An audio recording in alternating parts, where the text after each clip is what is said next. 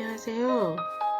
오늘 이야기 나눠볼 주제는 로젠블룸 교수님께서 저술하신 Public Administration 중에서 제7장인 Decision Making에 대해서 살펴보고자 합니다. 7장 Decision Making 중에서도 NPM과 NPG의 의사결정 접근 방식과 의사결정 맥락의 영향, 그리고 의사결정의 결합으로 결론을 맺고자 합니다. 먼저 의사결정의 NPM과 NPG의 접근 방법에 대해서 살펴보겠습니다. 그 중에서 NPM의 의사결정을 살펴보겠는데요. NPM은 시정과 유사한 의사결정을 구사하고 있습니다. 주요한 특징을 두 가지로 살펴볼 수가 있는데요. 시정 기준과 직원에 대한 권한 부여를 그 특징으로 하고 있습니다.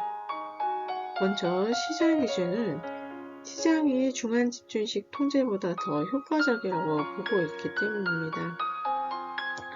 좀 더 상세히 살펴보자면 고객 만족을 지향하고 수요에 맞는 제어와 서비스라는 효율성을 촉진합니다. 이는 계층적인 특징인 관료 조직이나 비시장적 운영과 차이점이 있다고 보고 있습니다. 또한 X의 효율성인 기술적 효율성을 촉진하는데 산출물당 적은 투입량이 효율적이라고 주장하고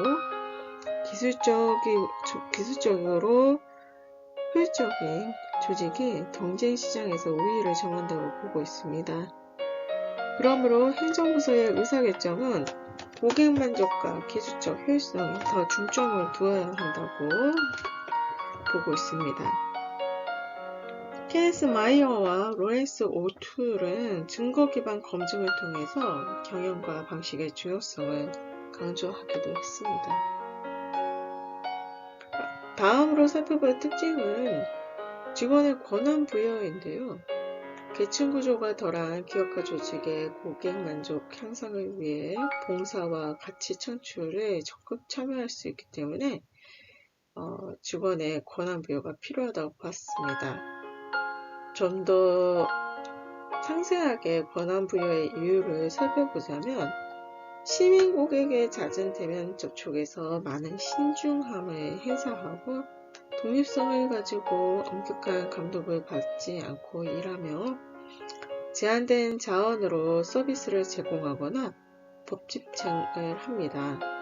또한 직원들의 의사결정은 해당 기관의 정책 결과로 구성되기 때문에 권한 부여가 필요하다고 보고 있습니다. 흔히들 일상관료를 경찰, 사회복지사, 교사들을 일컫는데요.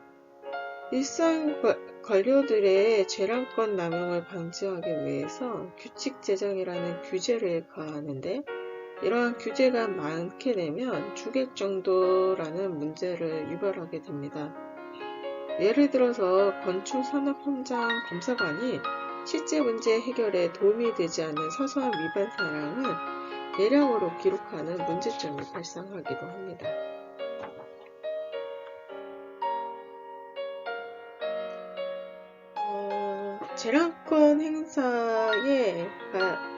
많은 재량권 행사를 하는 일선관료 중에서 대표적인 예로 경찰을 들 수가 있는데요. 경찰은 직접적인 위계 감독 없이 한두 번이 팀을 이루어서 법을 선택적으로 집행하거나 아예 집행하지 않는 경우가 있는데 왜냐하면 모든 법 위반자들에게 과태료를 부과하지 못하기 때문에 재량권 행사가 중요하다고 보고 있습니다.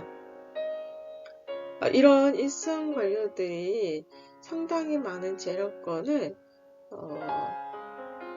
법률 지침이나 전문 교육에 의해서 업무를 진행을 하고 때론 직관을 활용해서 상호작용하는 사람들을 평가함으로써 재량을 사용하게 됩니다.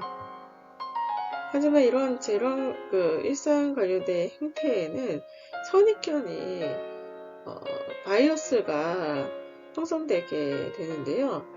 법이 특정 집단에게 가혹하게 적용하는 때가 있습니다. 즉 미국은 다문화 국가이기 때문에 100세 후에 유색 인종들에게 경찰들이 불신 검문이나 과태료 등을 많이 부과하는 경우가 왕왕 발생하고 있습니다. 이러한 불합리함을 시정하기 위해서 유색 인종들은 2012년도에 집단 소송을 제기하였고 판결은 승소로 귀결되어서 사회적인 이슈화가 되었습니다. 경찰 신문조사 때 유색인종 차별 관행이라는 인번에서 인종 프로파일링이라는 고유어가 형성이 되었는데요. 이런 인종 프로파일링을 반대하는 사람들은 이러한 관행을 DWB, 흑의운전이라고도 부르기도 합니다. 그럼에도 불구하고 NPM은 규칙에 얽매인 방식을 거부하고 오히려 관리자의 상식에 의존하는 것이 더 좋다라고 역설합니다. 일선 관료들에게 재량권이 커진 만큼 책임감 또한 커져야 한다고 요구하고 있습니다. 즉 NPM의 성공 조건은 공정한 의사결정을 보장하는 채용 및 사회화, 그리고 성과 측정 기준과 벤치마킹은 이러한 의사결정의 영향을 평가하는 데 도움을 주는 도구로 활용되고 있습니다. 다음으로는 NPG의 의사결정에 대해서 살펴보겠습니다. NPG는 네트워크를 통한 통치라는 주요한 특징을 가지고 있는데요. 이는 관료 대화와 상이한 점이기도 합니다. 구체적으로 NPG의 특징은 4가지로 살펴볼 수가 있는데, 첫 번째로는 결정의 창발성입니다. 여러 사회 행위자 간의 비공식적 상호작용과 비구조적이고 임시적인 과정에서 합의가 도출됩니다. 또한 두 번째로는 네트워크가 상당히 유동적인데요. 다양한 참여자들이 다양한 정도로 의사결정에 참여하고 참여도는 장점마다 다르기 때문에 유동성이 커진다고 보고 있습니다. 단 동일한 행위자들이 항상 동일한 정도로 참여하는 것은 아니라는 특징을 가지고 있기도 합니다. 세 번째는 협상을 통한 합의입니다. 의견을 주고받는 과정에서 내재성이 확보되고 최선의 결정 또는 무의사 결정도 가능하다고 보고 있습니다. 마지막으로 비공식적 암묵적인 의사결정 규범이 형성이 되는데 더 큰 공동체의 가치는 반드시 포함되지는 않습니다. 그렇기 때문에 의사결정의 규칙과 규범에 대한 확고한 의지가 없다면 정치적 지지를 받지 못해 저품질의 의사결정이 초래한다는 단점도 갖고 있습니다. 즉, NPG는 좀 더 체계화된 프로세스와 지침이 밑받침이 된다면 더 넓은 공동체의 정치적 지지가 확보가 가능하다고 봅니다. 하지만 폭넓은 수용성 보장을 위해서는 시민 참여라는 전제가 밑받침이 되어야 한다고 보고 있습니다. 이러한 특징들은 NPA와 차이점으로 작용하는데요. 정치적 이해관계와 법전 요구사항이 비공식적, 임시적, 비포용적이라면 정당성이 부족한 의사결정에서는 거의 관심을 받지 못하거나 완전히 무시될 수 있다는 단점이 있기 때문입니다.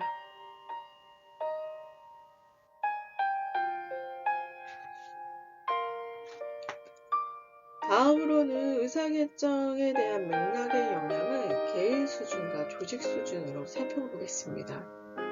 개인 수준의 의사결정에는 인식촉발 의사결정 모델이라는 RPD가 있습니다. RPD는 비상재난 관리 및 법의학 분야에서 많이 활용이 되는데요. 대부분 관리적 의사결정은 주로 개별 관리자 수준에서 이루어진다고 보기 때문입니다. RPD의 대부분 상황은 너무 복잡하고 변수가 많아서 이전 경험과는 단순하게 비교하기가 곤란하기 때문에 이로써 경험이 풍부한 일상 관료들의 역할이 커지게 됩니다. 이들은 환경에서 얻은 단서를 과거의 경험과 연결하여 즉각적인 결정을 내리는데, 이러한 결정은 유추 결정과는 다르다는 특징을 갖고 있습니다. 이러한 특이한 상황평가 시에 일선 관료가 고려해야 할 상황이 4가지가 있는데요. 첫 번째로는 합리적으로 달성할 수 있는 목표 유형을 고려하고, 두 번째로는 상황 맥락 내에 관련 단서를 찾으며, 세 번째로는 상황평가의 정확성을 확인할 수 있는 기배치를 개발하고, 네 번째로는 전형적인 행동의 정의를 하는 데 있습니다. RPD의 특징을 좀 더 세밀하게 관찰하면, 대안 비교가 아닌 가장 먼저 떠오르는 행동을 선택하는 선형 과정이고, 주어진 상황에서 성공 가능성 기준으로 평가하는 것입니다. 즉, 오랜 숙고와 분석 전략을 사용하는 최적 해결책이 아닌 경험에 따른 결정으로 효과적인 해결책을 추구한다는 것에 특징이 있습니다. 다음으로는 조직 수준의 의사결정을 살펴보겠는데요. 흔히들 말하는 쓰레기통 모형을 조직 수준의 의사결정이라고 말하고 있습니다.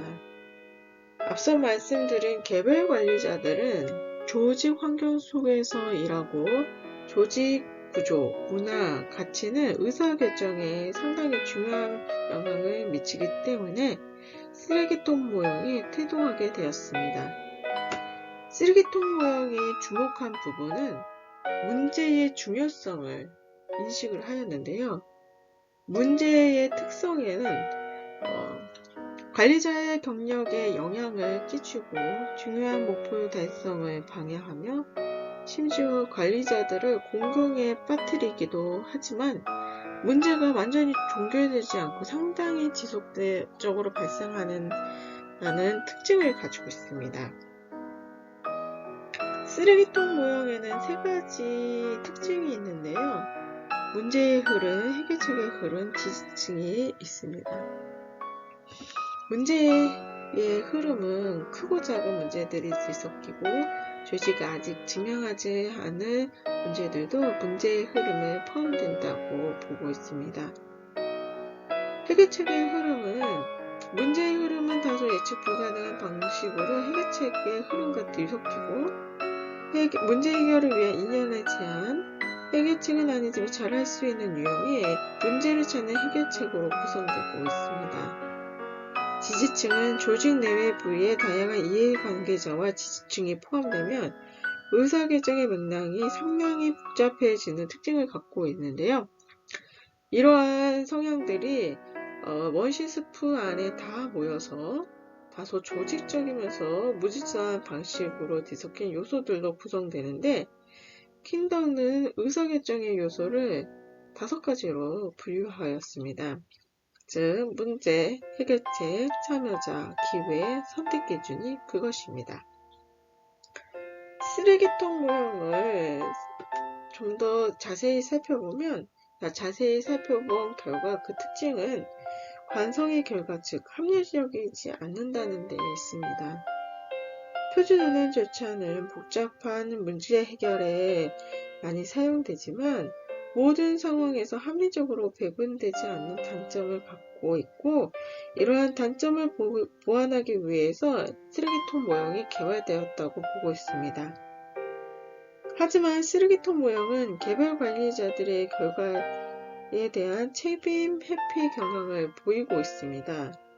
이러한 단점인 책임 회피 문화는 어떤 이론이나 의사결정 모델도 조직을 나쁜 결과로부터 구해내지 못한다는 단점을 갖고 있습니다.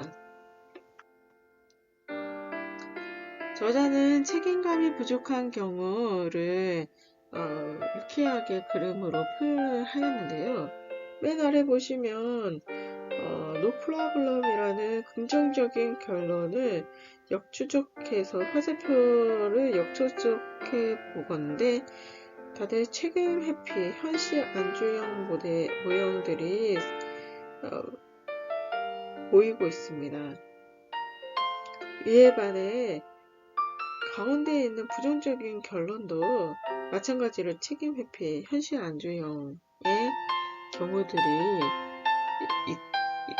경우들로 표현되고 있습니다.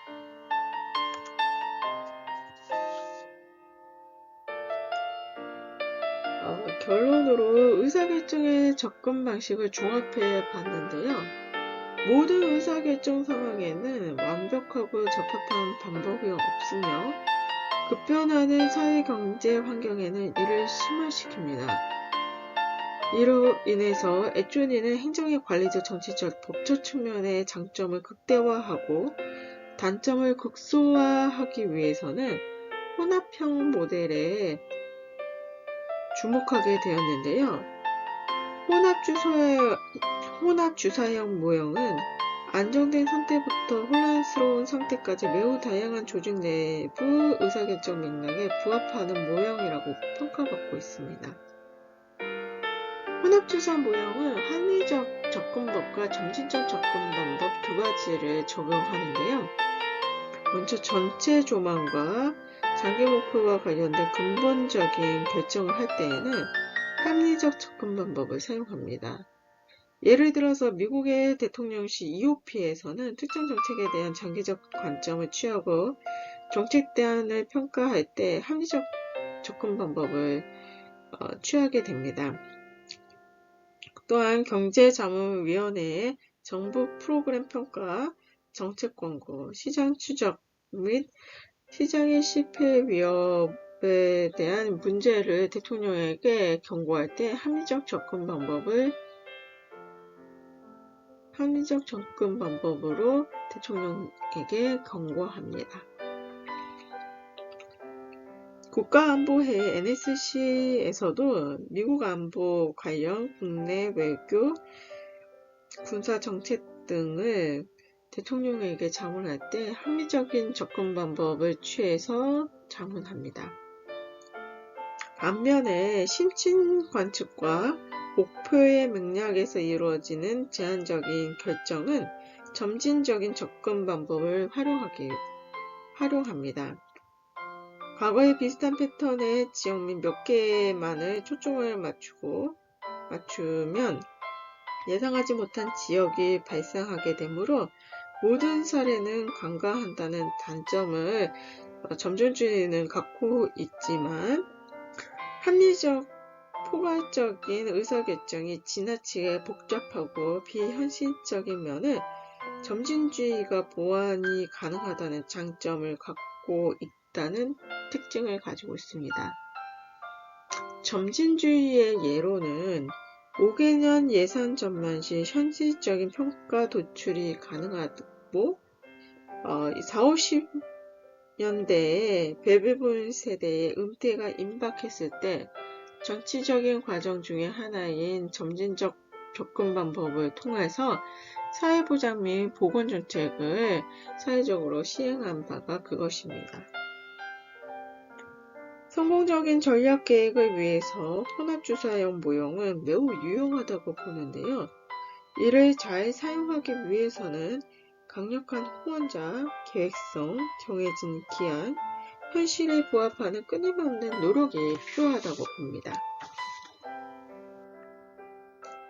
의사결정 과정에서 피해야 할 것을 저자는 장애물로 표현을 하였는데요. 6가지 장애물을 살펴보도록 하겠습니다. 첫 번째로는 목표와 수단이 혼동이 되는, 즉 목표 전취라는 목표의 불명확성의 장애물로 보고 있고, 공익과 고객, 의뢰집단 또는 유권자의 이익을 혼동한다는 장애물이 있다고 보고 있습니다. 이는 규제기관의 의사결정 과정에서 흔히 나타나기도 합니다. 또한 관료조직의 폐해 중의 하나인 경직된 보수주의와 현실을 지나치게 단순화하는 경향도 장애물이 됩니다. 예를 들어서 미국 평등 고용 기회 위원장이 모든 인종과 성차별은 대인관계에서 비롯되었다고 단언한 사례가 있었는데요. 실제 분석 결과 대부분 시험, 직위분류, 직무 설계 시스템이 원인이 되었다고 분석되고 있습니다. 다섯 번째 장애물로는 과도한 정량화로 지적 요소가 경시되는데, 즉 관료는 주관적 판단을 내리는 것을 꺼려하고 양적인 측면에서 가장 좋아 보이는 지표를 선호하는 성향을 가지고 있기 때문입니다. 마지막으로 정책 및 프로그램 참여에 꺼려하는 태도가 장애물로 작용하는데, 행정문화는 비판을 허용하지 않고 위기질서, 과거 결정, 절차 문제에 상대적으로 방어적인 태도를 고수하기 때문입니다.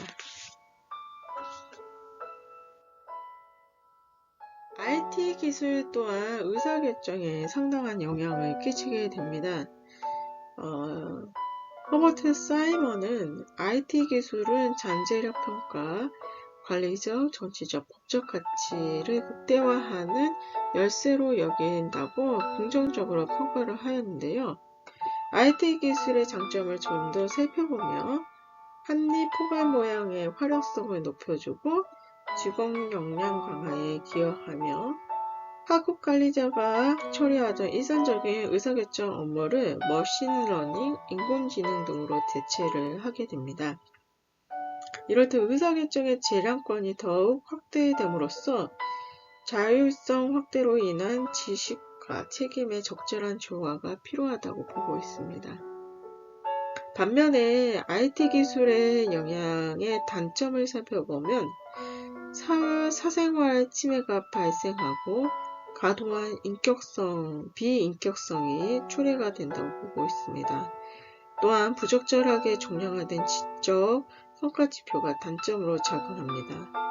그러므로 유일 최선의 방법이 아닌 다양한 접근 방법이 필요하다고 보고 있습니다. 한편 IT 기술을 활용한 의사결정 모형인 점증형, 판결형 모형도 생겨나기도 했습니다. 결론적으로 저자는 다양한 관리적, 정치적, 법적 접근 방식으로 문제 접근 방식을 개선하고 하나 또는 여러 가지 접근 방식을 결합하여 판단하는 것이 올바른 의사결정을 가능하게 한다고 끝맺고 있습니다.